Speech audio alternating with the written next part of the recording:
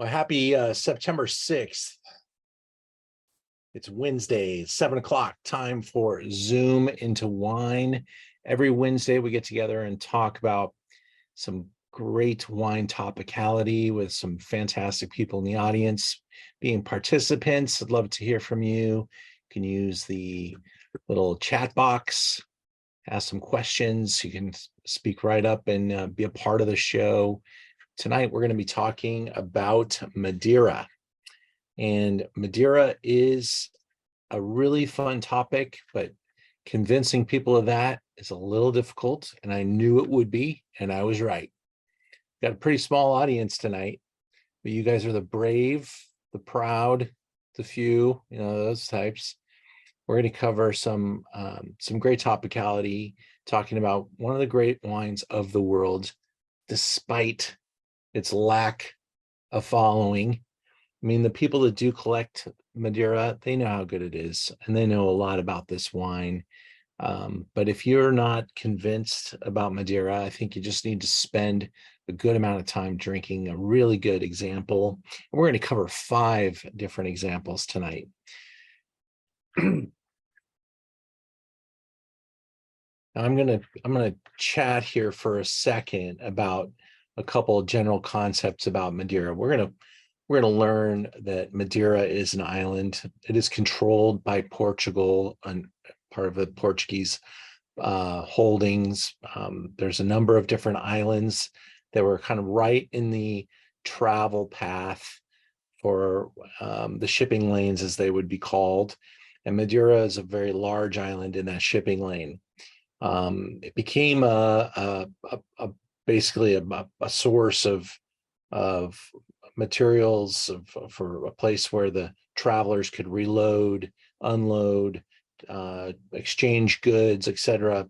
Well, once the whole exploration started to really kick in, but the island itself was discovered in 1419. And so it was 25 years after colonialization that the island was already exporting Madeira wine. So it's been going for about 500-600 years in this industry. There's a lot of fables about how Madeira was actually pulled together. And I believe it's kind of a lot of different little stories that kind of overlap to create the history of how Madeira wine was really established. But basically, you're going to hear some stories tonight from some experts that talk about how the wines weren't that good, but they were in a barrel, and they put the barrel on a ship. They travel around the world with the barrels, and as they traveled, the wines got better because they were tossed and turned and were exposed to heat, and the wines Madeirized. And that is where the whole concept of Madeira comes from. The whole terminology of Madeirization kind of broke the wine, and it broke it in a good way. And it made the wine better, and it made the wine bulletproof. Tonight, we're going to be tasting several different beautiful bottles, and I'm opened this tonight, but I'm going to be able to replay this Madeira Zoom a couple of times over the next year or so and be able to use the same wine from the same bottle, because it's not going to go bad. It's completely been oxidized from the time it was made. We're going to taste this 2001 tonight, and I'll be able to show this again and again until that bottle's gone. In fact, I always tell people I have a bottle of 1968 Madeira that I have been pulling a taste off of every year for the last couple of years on my birthday. I was born in 1968. It's a great Madeira vintage, and it's just kind of my little ritual to celebrate. Some days I don't even get to it on my birthday. I drink it the day after, but it's just a nice little thing that you can have to kind of reconnect with your vintage. And people started collecting these wines in strength again about 25 years ago. But prior to that, I would say it was right around the year 2000 when we saw some collecting of wine really kind of take on a new personality. prior to the year 2000, I could go out and buy wines from the 1700s and the 1800s, Madeira wines, for maybe $150, maybe $200. Today, those wines are selling north of, a couple $1,000s a bottle, but they are still available. They're still out there and they're still drinking great. So if anybody ever invites you for an old bottle of Madeira, it'd be wise to take them up on the opportunity. If you come to one of my dinners in Los Angeles, we had a fantastic guest show up to one of our dinners. And at the end of our dinner, he passed out a bottle of 1847. We all got to drink from his bottle and take pictures with it, etc.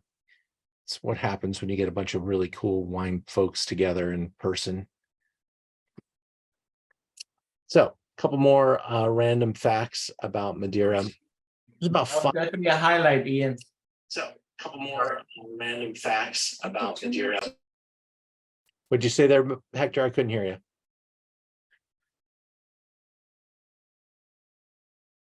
Still can't hear you, Hector. You all right? Can you hear me okay? Can you see me okay? I have a delay in the sound, but I'm trying to fix it on my side. All right. Okay. So we were talking about 500 total planted hectares, not a lot of planted vineyard.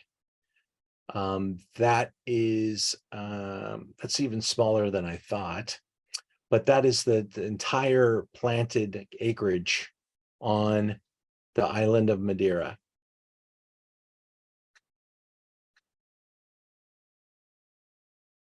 For 35 latitude, 45 north, longitude 17 west. It's 1,100 kilometers from the coast of Portugal.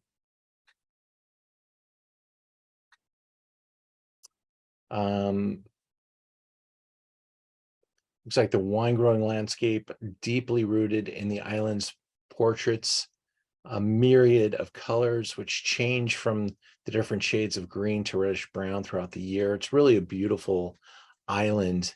It looks like something from a movie set. There's trellises everywhere.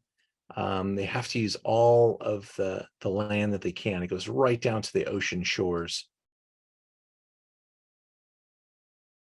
But I was really surprised, 500 planted vineyard acres. So that translates to about maybe 1,200 total. And I keep saying acres, it's hectares, 500 hectares, 1,200 acres. Volcanic soils, and definitely the grape growing benefits from its proximity to the ocean and that climate that creates. Those ocean breezes are evident in the wines that we're going to be tasting tonight. There are many different grape varieties that are considered Madeira grape varieties. We're going to taste several of them tonight. We're going to taste Cercial, Verdelho, Bual. Got a Bual in there, right? Yep, Bual. We're not going to taste the Malvasia or Tinta Negra, but they may be in our first wine, the blend.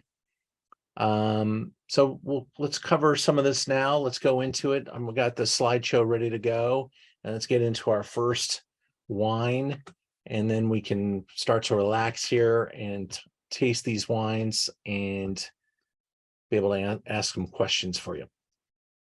Here comes our slideshow.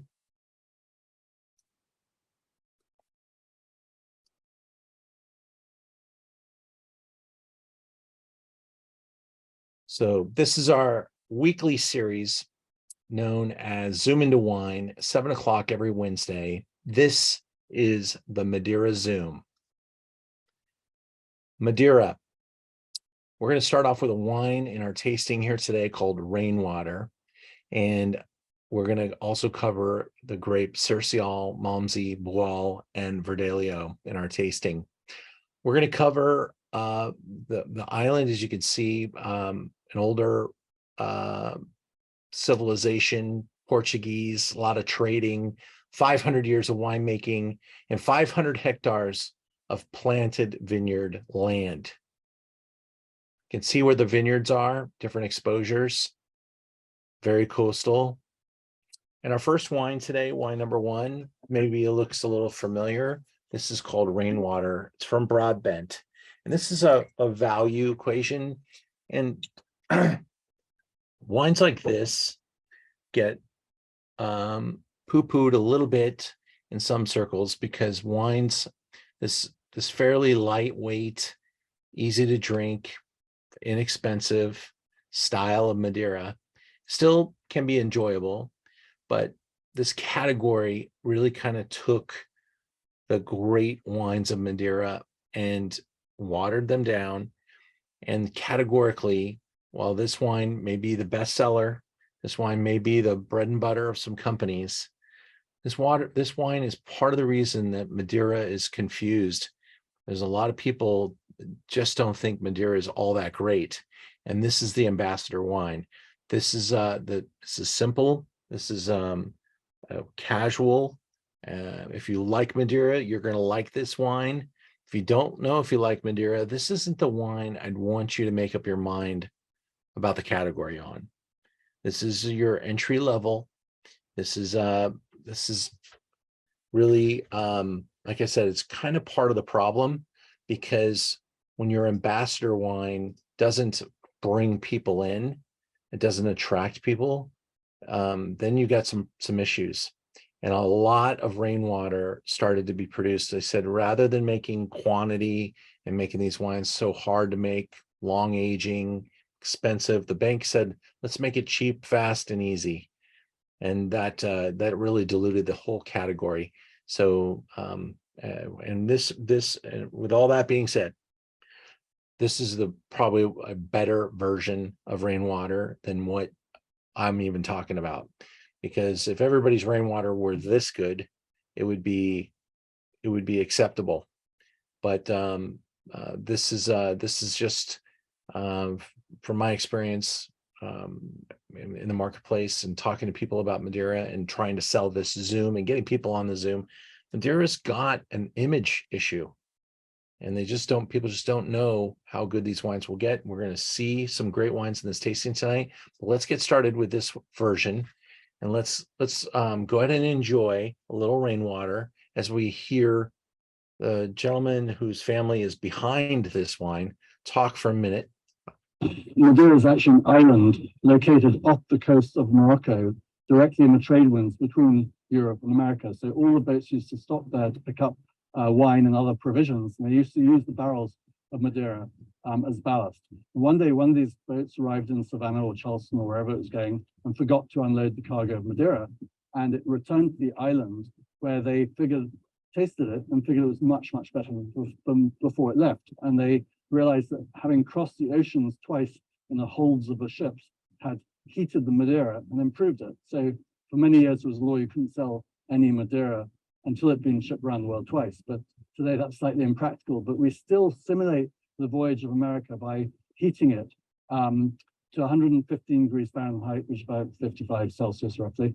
And that it takes 3 months, 3-month heating process, and that simulates the voyage. But not only was that why it was the most American drink, but it was actually the biggest selling wine in America for a very long time, and very popular. George Washington drank a pint of Madeira every day for dinner. Thomas Jefferson was a great Madeira fan. Betsy Ross, when she was sewing the flag, had a side table of Madeira on it. The Constitution and Declaration of Independence were both toasted with Madeira.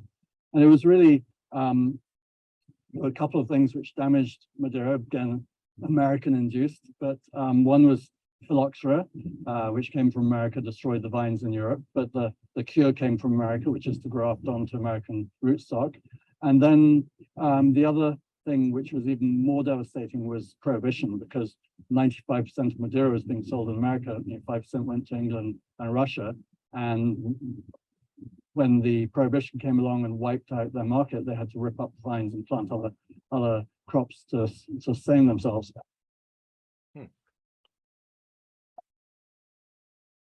Forgot about that part of my, Madeira is actually when I wrote a paper about Madeira for my master wine study, I forgot about the pressures of prohibition and its, all of its eggs being basically in the American market.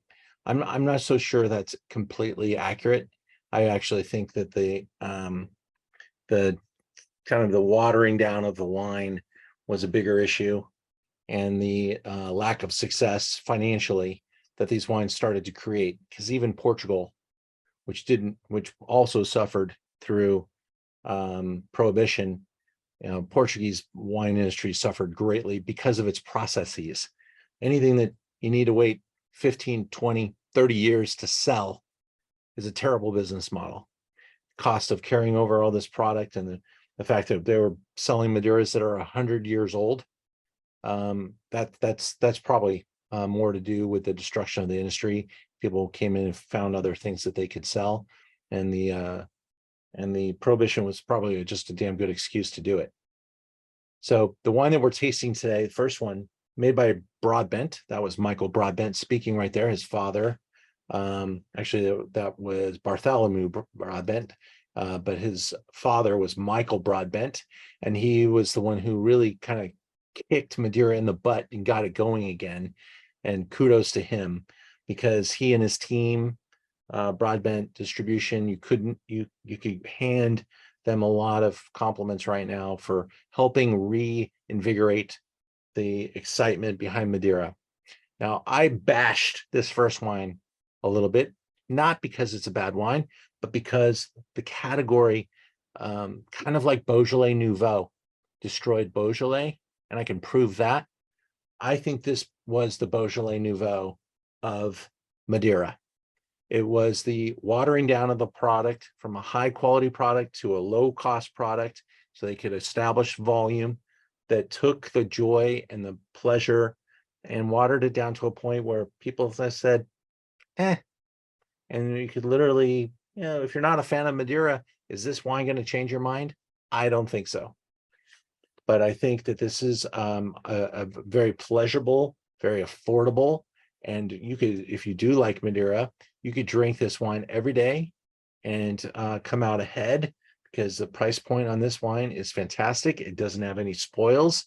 You can drink a glass a day for 30 days or 30 months, one a month, and it's going to be good the whole time. So some nice notes about it. Aged in oak cask for at least 3 years. And this is a wine, guys, that sells for around $20. So 3 years before you can make a wine that sells for $20. That's a lot of initial investment to put up. So the turnaround time on these wines, it makes it a fairly expensive proposition. Madeira, the grapes grow just like any other grape out in a vineyard. Some of them are trained and trellised to make them look a little bit more efficient. And some of them are on very steep hillsides as well. And the better sites, the better wines come from these really extreme old vine vineyards. This one that we're tasting today, the Rainwater, 90 points, Robert Parker's Wine Advocate. It's medium dry, an attractive wine, displays aromas of fresh walnuts, dates, and orange peel. And I think that description fits it perfectly. On the palate, it's a full-bodied, satiny texture, delicately sweet and succulent acidity. In fact, as you taste it, you get that initial sweetness, that kind of candied orange peel, caramel type of taste. And then all of a sudden, that acidity, that insane acidity, comes along and cleans up that palate and dries out that palate, kind of refreshes you. And that's why you can drink a lot of Madeira sitting around doing some odd jobs around the house. Little Madeira kind of take you on your way. And some people do drink quite a bit of it in a day's time. $21.95. I may be down to my last bottle in the store at this moment, but I'll have more as it's on order and will be coming into the store soon. So if we run out tonight, you can still order it and I'll be getting it in mine. The shopping cart may even allow you to continue to order bottles even when I run out of stock. We're moving into wine number 2. And before I do that, I just want to check on you and see if you have any comments or questions about our first wine, the Broadbent Rainwater Madeira Medium Dry. We've got a lot of content still to cover, but I wanted to get some wine in your glass and kind of get some ideas and comments from you guys at this point.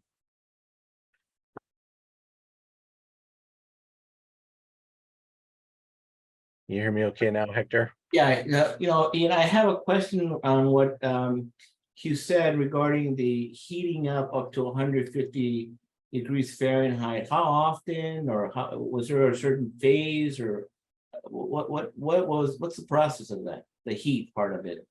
So basically, the wine is, we just like any other wine made. It is fortified, a little spirit. And then the heating, stuffagen is the process. It's a slow, consistent, basically boil. It doesn't take a lot of temperature to boil it. And it replicates the same amount of temperature that you would accumulate if you set the barrel out in the sun. And basically that constant boil, that temperature, that number, the duration helps kind of bond the wine together, cooks the wine, and creates this character, this Madeirized character. And then they age it for a long period of time to continue to intensify it, to allow for evaporation, and to allow it to mature. Once it goes into the bottle, you can see how slow it is to progress. And once we get to that 2021, you're going to see it's still a baby. And 100 years from now, we'll be able to taste it, and it will have progressed very little. We're going to move into a blended wine. The Madeira that we tasted today, the Rainwater, is a non-vintage. It's medium dry, does have some sweetness. We're going to move now into a 10-year blend, which means that the wine is blended to taste like it's 10 years old. Not everything in this wine necessarily is 10 years old. It's just that they create the category 10-year, and they can use some older wine and some younger wine to create a wine that tastes like it's about 10 years old. And let's go back into our grid. Let me see if I can get it. I may have shut that down on accident. There it is. Come back to me.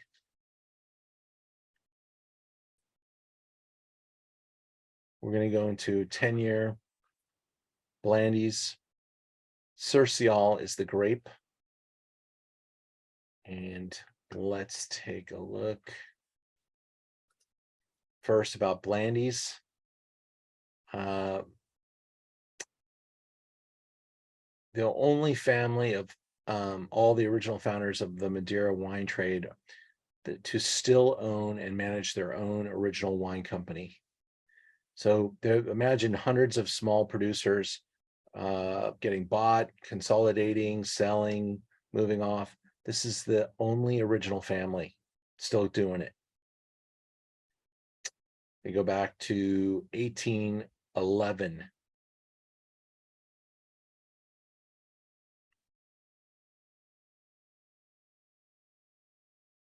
Let's see. Here's a photo. That up, expand it a little bit. You can see these are the port barrels. This is the same type of barrel you'd find in Portugal, in the port in the Douro. They used to take these barrels and stack them on ships.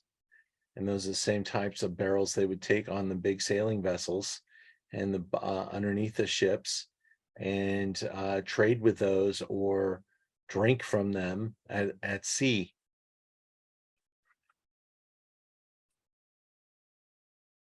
Cercial is the name of the grape variety, and this is a grape variety that is Portuguese.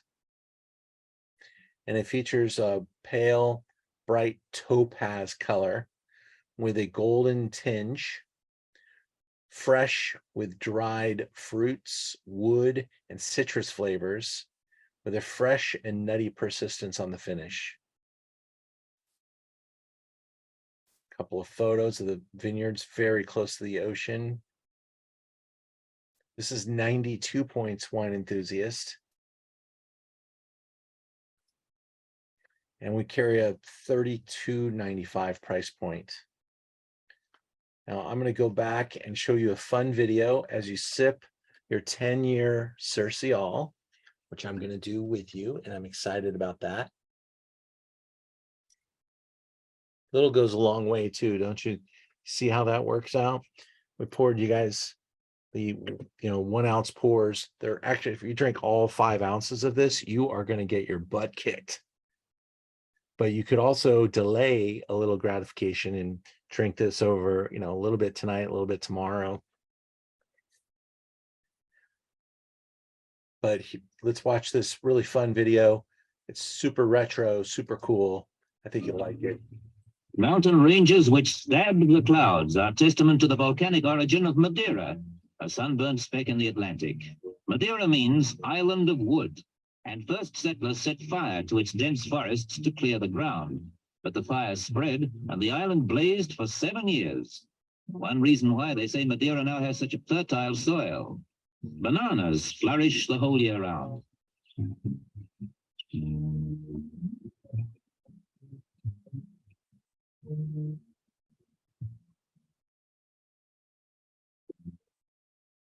Lying off the coast of northwest Africa, Madeira basks in a climate that makes such tropical growths a round every corner sight. But there are pleasures apart from the purely visual. You can ride a sledge in the snow-free tropics and get pushed down the cobbled toboggan run from the heights of Monte to Madeira's capital, Funchal. I'm going to lower the volume and talk to you. Only in a country outside of America could you do anything close to this. Our insurance industries would go absolutely apeshit.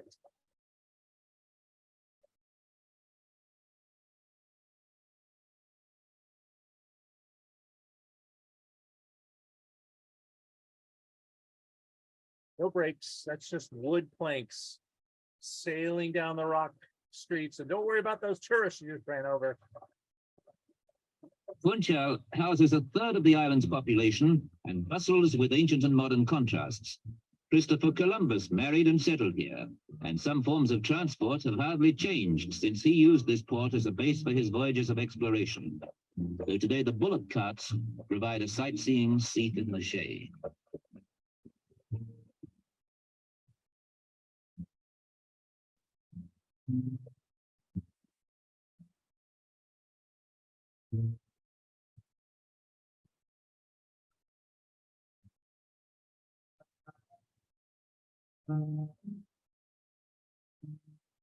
Wicker work is an important cottage industry in Madeira.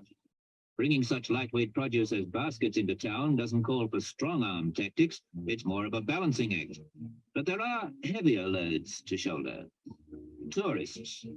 The hammock may seem an outdated link with the colonial past, yet in this setting, a free swinging ride through the palm groves is an added luxury that's hardly incongruous.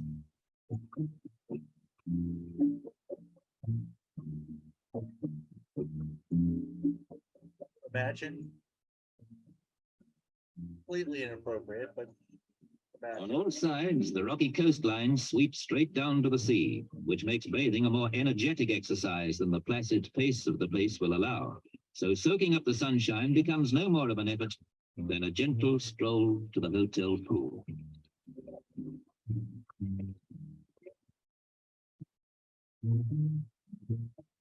Island of wood, island of warmth. Island of wine, grapes grown in abundance. Everywhere you look, there are terraces, hewn from the hillsides like giant steps to the throne of Bacchus.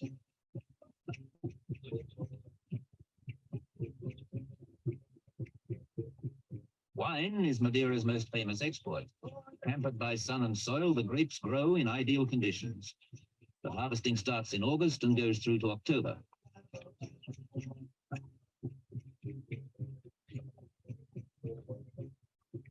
Wine has been produced here for nearly 500 years, and ancient traditions are jealously preserved. In some lagares or wine presses, the grapes are still trodden barefooted.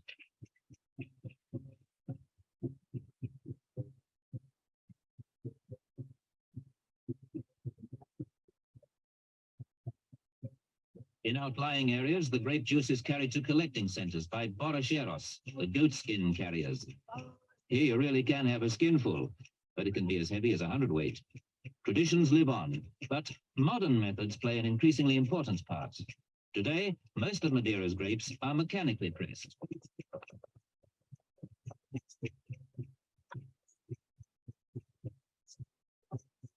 Once the juice has been given time to ferment, the wine will be ready for the estufa, a process unique to Madeira.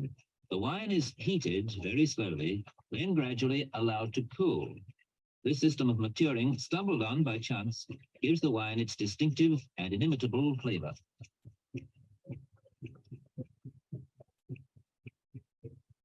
An expert can soon assess the quality of the grape juice, but it takes more than a sense of smell to judge its alcohol content. In the larger stufa tanks, the heating is done under government supervision. An error of timing could produce a wine of lower quality. By law, no wine is allowed to leave the island for 13 months after it comes out of the estufa.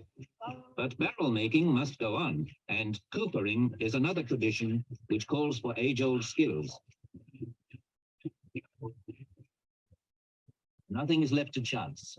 Nature and machines produce the wine, but man must be the judge.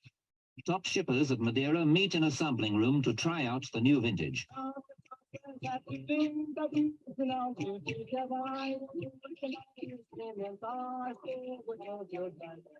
Almost everything about the production of the wine is carried out with a sort of homely personal care by the islanders, for they are coddling Madeira's baby. Even the bottling and packing is no streamlined factory process. More of a chatty farewell party, really, because after this it will be shipped across the world to discerning connoisseurs everywhere.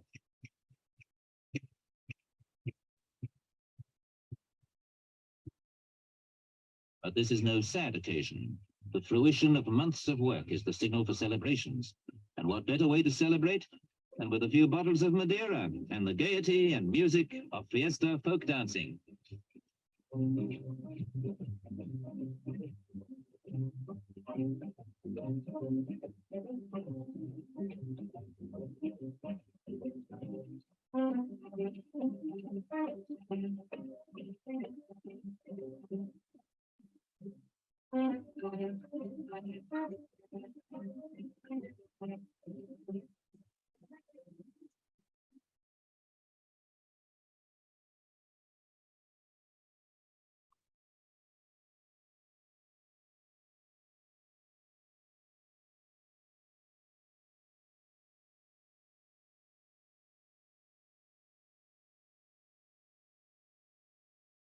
Fiesta time seems to symbolize all that's beautiful and colorful here. It captures the rare spirit of the island of wine. There you go. It was a fun Mountain ranges which fun historic look, looking at that with eyes from 1968. Actually, the video was produced at that time. And I almost feel like you're, visiting Cuba or another part of the world that was kind of left behind in the times when their major export are baskets and, carrying their visitors around 2 at a time. It's just not a lot of efficiency. So let's go back into our slideshow and again check out the Cercial that we had, the 10-year. This is again a blended wine, so multiple vintages blended together to represent a wine that's like it's 10 years old. And we're going to later in the tasting taste a 15-year-old Malmsey, but this is a 10-year Cercial. I hope you enjoyed that citrusy, super bright and stimulatingly crisp, wonderful, zesty, like the skin of a skin peel or a citrus peel. And I really think that's what Cercial is pretty famous for. Our third wine tonight, we'll move into now, is the 2008 Verdelho. Here's a look at the Blandy's facility. Again, we said Blandy's was one of the only original families to still be producing, still family owned, still operating.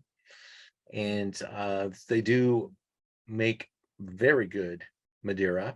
They also make a lot of volume, but some of the wines that we carry in the store, we carry some of their 10s, some of their vintages, some of their older vintages, some 15. I think there's some 20 in there as well. Not quite sure what we have exactly throughout all of our little selections of Madeira, but this is Verdelho. That's the name of the grape variety. It's got a brilliant crystalline topaz color with golden highlights, notes of candied citrus fruits, apricot, dried fruit, some complex iodine notes, medium dry, fresh and vibrant, rich in saline of jam and chutney.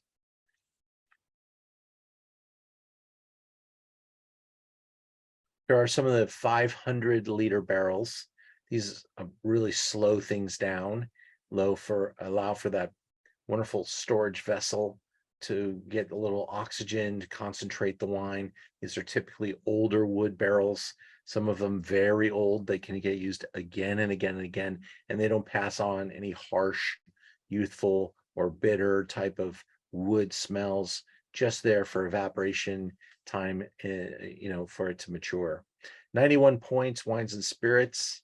This wine here, 2008, were around $70. Both the 10-year Cercial and the 08, they are bottled in what would be considered 500 ml, so a little smaller than the 750. I should probably get out of the share screen to be able to show you that. So the bottle's just a little bit smaller, and this is a 750 size, and the 500 ml. Just a better way to do it when you have such a small amount of product.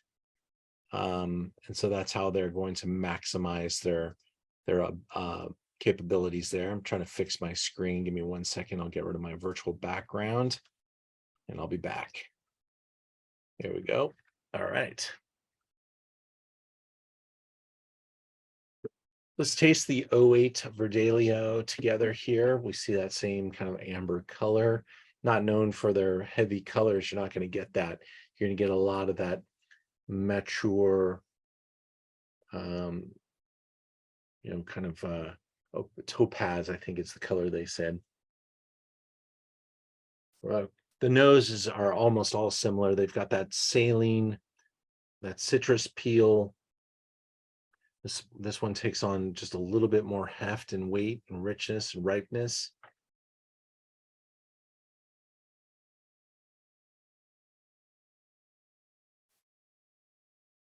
Probably a point or two higher in residual sugar. You can feel that in the mouth a little bit. When I was I was gonna say when I was a kid, who am I lying? I still love those little orange gelées. You might get them in a fancy restaurant at the end of a meal, when they come on the little dessert plate. That's a lot of the flavors that I'm getting here. That little candied orange, almost like a sugar-coated, chewy little sweet fruit that you might get. I think they used to call them like orange slices, but I haven't seen those since I was a kid. What do you think of the 2008 Verdelho or the 10-year-old Cercial? Any comments on those two? Ian, I grew up as an altar boy, and this particular one reminds me of this Christian Brothers that they used to use, Muscat driven, and it's very sweet. I mean, it's not the same profile, but it all of a sudden kind of hit that spot. I'm not sure why. That's that back in altar, being an altar boy in church, that comfort zone. Yeah. Where you were sneaking the sips of the ceremonial wine. Oh, the blood of Christ. Yeah, the Verdelio is described here. Cercial is described, by the way. I'm going to go back to Cercial for a second. Typically higher in acidity and astringency. They say it's cultivated in the north of the island, and in the Camara de Lobos, altitudes of 600 meters, so higher altitude, along with the southern coast up to 200 meters in altitude. And Cercial usually produces very dry wine styles. That's how they use Cercial. But for Fidelio, it's slightly more full-bodied, as you could taste, a little less acidic. Again, you could taste that. And cultivated at altitude approximately 400 meters, and they typically make it in an off-dry, and that's what we can see it here well represented. Off-dry doesn't need to be sweet.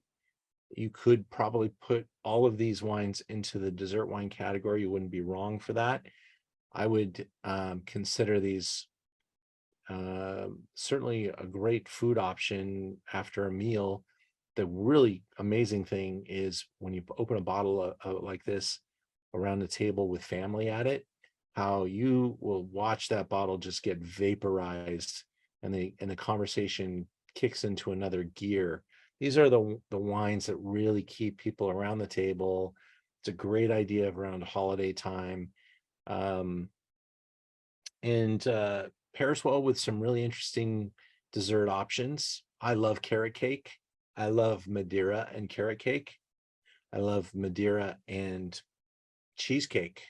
I like Madeira and cheese. I like Madeira and just having a bowl full of salty nuts, whether that be the Marcana almonds or maybe some macadamian.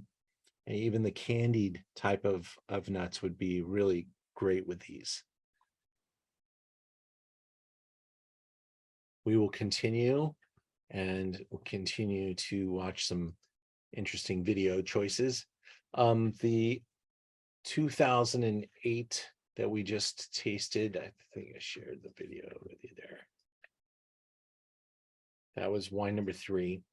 And that weighs in around $70 a bottle. So again, if we were to have done this show 25, 30 years ago, these wines were pennies. And they really have, categorically just all come up in price, but I still think they're a great deal.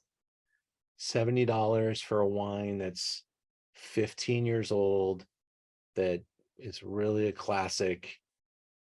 There's a lot of California Cabernets, so you spend a lot more than $70, and it's a 2001. So these wines still have some runway. And I do think they're going to continue to go there, just because people are really starting to appreciate and try to find special wines from special time periods. I'm very bullish about the dessert wine category in a time when not very many people are. And I would love to have a problem of owning too much Madeira into my later years of life. Sounds like a good retirement plan.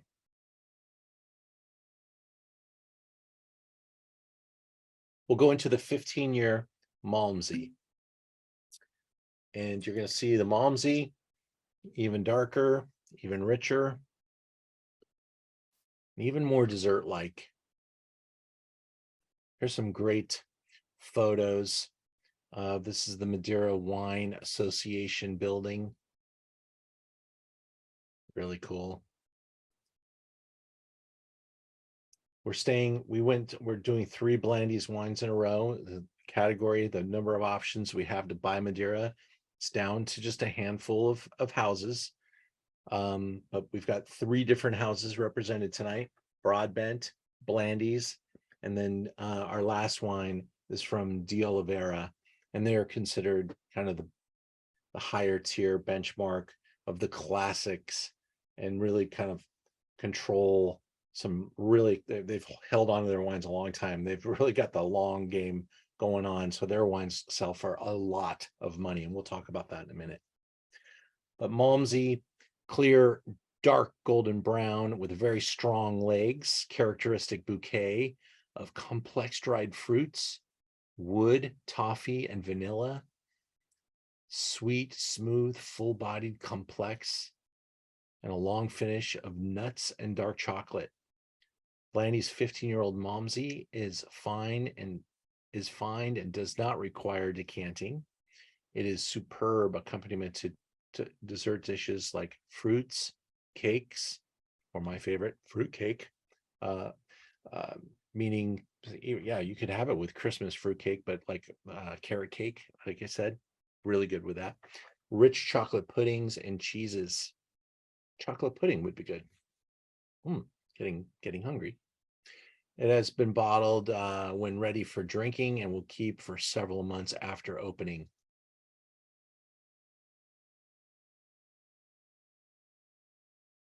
"92 Points Wine Spectator." They describe it as very sweet, along with a burnt quality to the molasses, caramel, and walnut flavors. It's a balanced and powerful, ending with a long aftertaste of burnt caramel. Fine harmony and intensity. Drink now.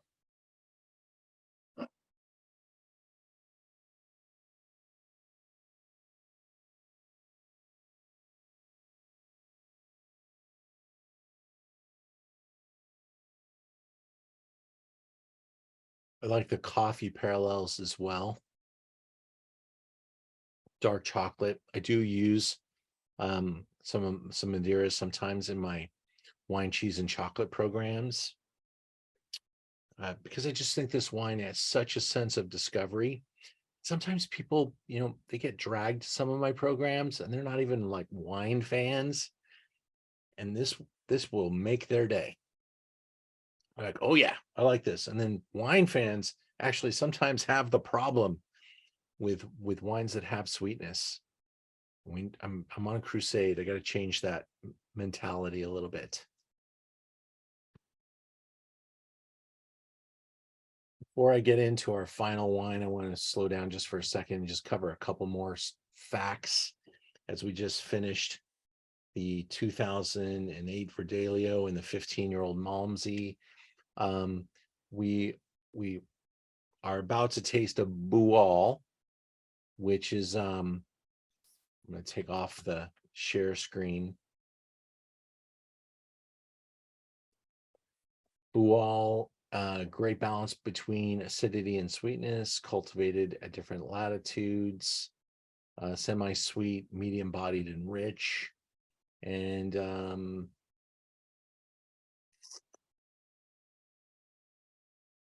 then there's a grape called Malvasia that we also did not try tonight, which is kind of famous from being all over Europe, and it's extensively in Italy, Malvasia, extensively in Greece as well. But when planted on Madeira and turned into Madeira, it takes on they tend to use it for sweeter styles of Madeira, very, very candied like Madeira. Going back over that vinification process. So we saw the wines being made, the foot treading. Some of that has been mechanized for sure. But it's just like making any type of wine. And the fortification is the addition of alcohol. They use a very strong 96% alcohol to fortify. They add that in kind of a mathematical equation, kind of figure out how much alcohol they want to remain in these wines. I believe most of these are about 16 to 19%. Actually, all the blandies are at 19. And I'm not sure if that's accurate or if that's just what the label says.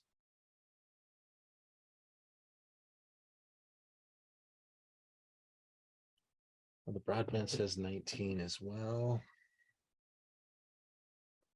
The De Oliveris, which we're going to finish with, says 20.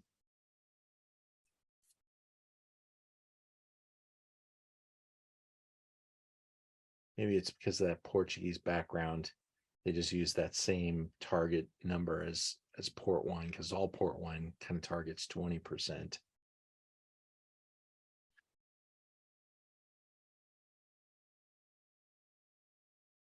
They do make these wines in different styles, from dry, medium rich, and rich. So they don't use the word sweet, they use the word rich.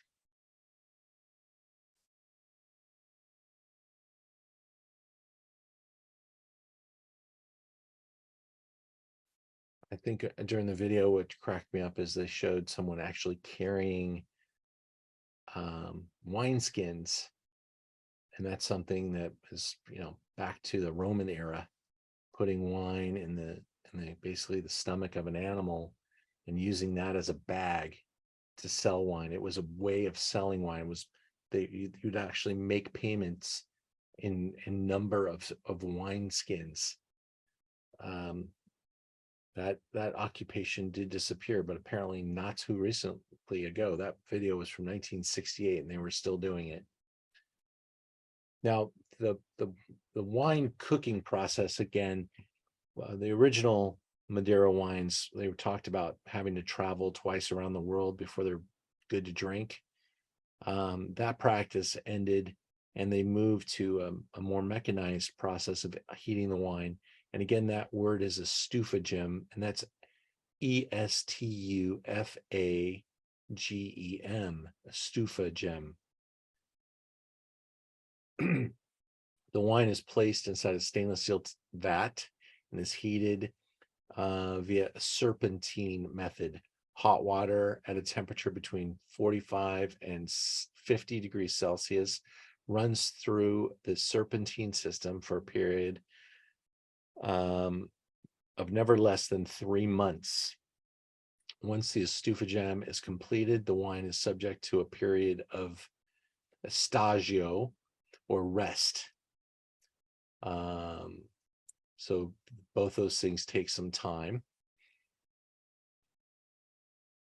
The wines may never be bottled or sold, released before the 31st of October of the second year following the harvest.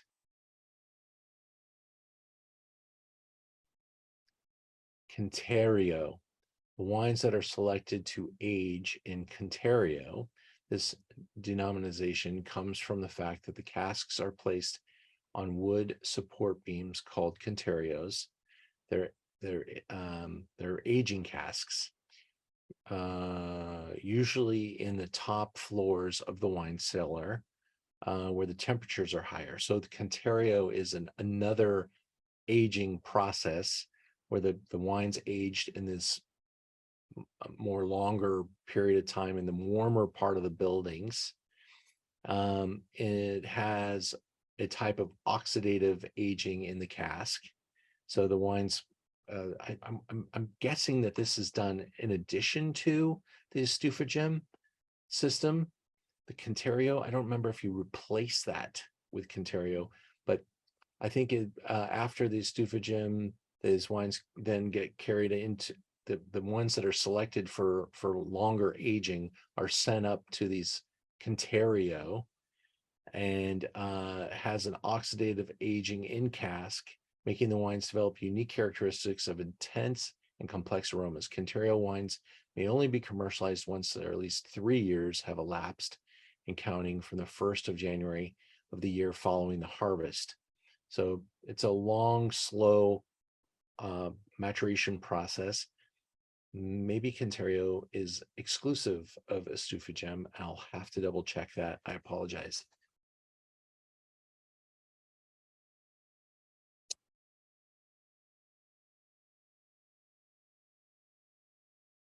Just Seeing if there's anything else I want to cover here in my notes. What we've been tasting again tonight are wines that are blended wines, but they do make single harvest wines. That's what we're going to taste now. This is wine number 5, 2001 Bual.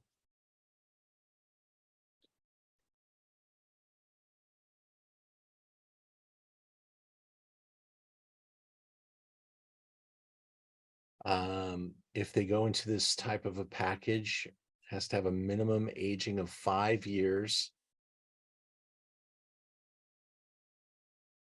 and an indication of the year of harvest, a date on the bottle, and it should be registered in a specific book entry.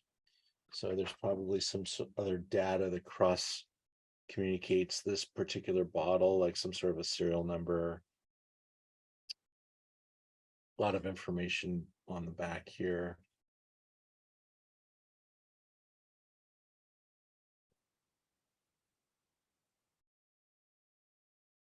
Let's go back into the PowerPoint and check out the information about this Bual.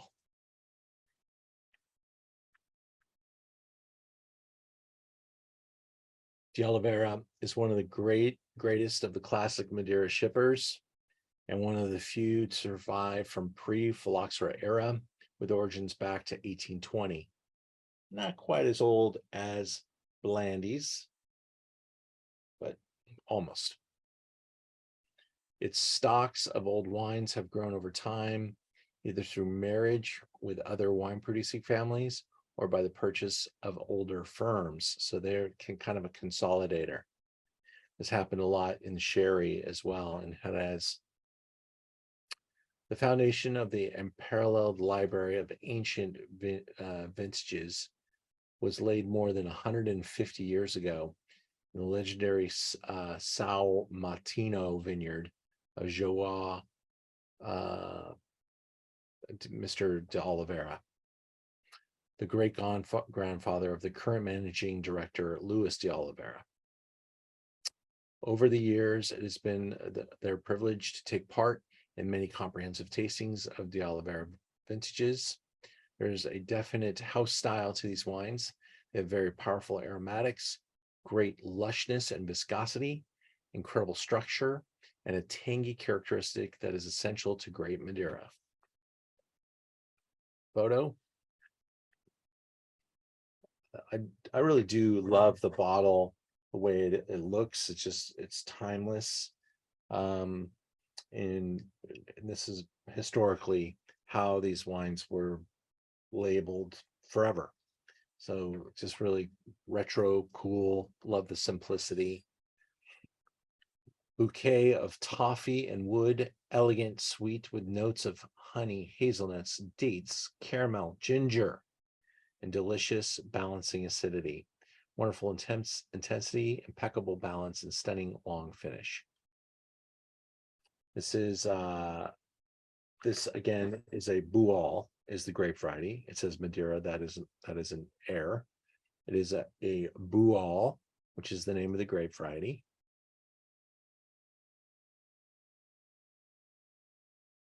Look inside of their facility. Looks very much like a port house or port lodge that you might find in the Douro. And I just wanted to, before we watch this last video, see if you have any comments or questions about the wines, and maybe some you want to tell me some of your likes and dislikes in the tasting tonight. Let's stop the share so we can look at each other. So far, I haven't got to try 5 yet. I'm a little behind on the tasting, but number 4 is my favorite so far out of the first 4. I have a question, just I guess, and might be a naive question. I don't know, but we're in a learning environment. If you say you're drinking Madeira, is it always assumed it's a fortified wine? Can you get wines from Madeira that are not fortified like this? Or do they only make fortified? That is a great question. I'm going to say that if they're called Madeira, they're probably made in this style, just as if you were to call it a port wine. They are making some dry wines in port, but you're not calling those port wines. Mhm. So I think the style is defined. The Portuguese wine industry were first and steadfast in that regard with their port wines. I'm sure that the industry is set up to protect these Madeira as well. So, and I also, just because of the amount of land planted there on those islands, I would think that the demand for grapes, if there were any, would probably be diminished for a dry wine product or a still wine product. So now all the other islands, however, including the Canary Islands that aren't too far away, there are great wines being produced, still wines, and you can find Canary Island wines in pretty large supply, and they're getting better distributed too. I've had them on the website from time to time. I'll have them again, but the trade of these wines is pretty strong right now. They're fun, they're different. People are traveling a lot. They're discovering wines like this in their travels. They're like, hey, I want to find Canary Island wine. I want to find a Madeira. And that's hopefully what saves these wines, because a lot of what we're tasting tonight is this category is getting very small, very small. And the amount that's being imported by even a house like Blandy's, which is a pretty big name. I would hope that my support of Blandy's over the last couple of years has qualified me to get notification of when fresh stocks are coming in. They're going to ask me, what I want to buy, because I've been trying to buy up anything I can. I mean, I'm not trying to be proud and say I'm not a wealthy man, and I've got only so many dollars I can invest in stuff.